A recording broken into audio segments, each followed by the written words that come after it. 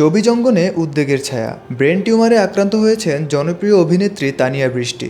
১৩ তারিখ তার admin post এবং ১৪ তারিখ নিজের ফেসবুক পোস্টে তিনি জানান ১৫ তারিখ তার মাথায় অস্ত্রোপচার হবে। সে সময় দেশবাসীর কাছে সুস্থতার জন্য দোয়া কামনা করেন এই অভিনেত্রী। ঠিক ১৫ তারিখ অস্ত্রোপচারের পর নিজের ফেসবুক পোস্টে ইমরুল রাফাত জানান, আল্লাহর রহমতে তানিয়া বৃষ্টির সার্জারি সফলতার সাথে সম্পন্ন হয়েছে। প্রায় ৪ ঘন্টা অপারেশন শেষে টিউমার অপসারণ হয়েছে।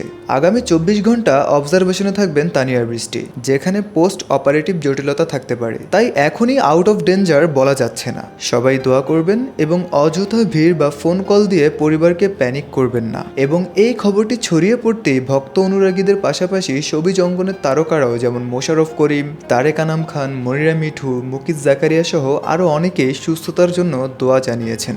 বর্তমানে তানিয়া বৃষ্টি রয়েছেন চিকিৎসকের নিবিড় পর্যবেক্ষণে। আর এই মুহূর্তে সবার কাছে একটাই প্রার্থনা, তিনি যেন খুব দ্রুত সুস্থ হয়ে আবারও তার কাজের জগতে ফিরে আসতে পারেন।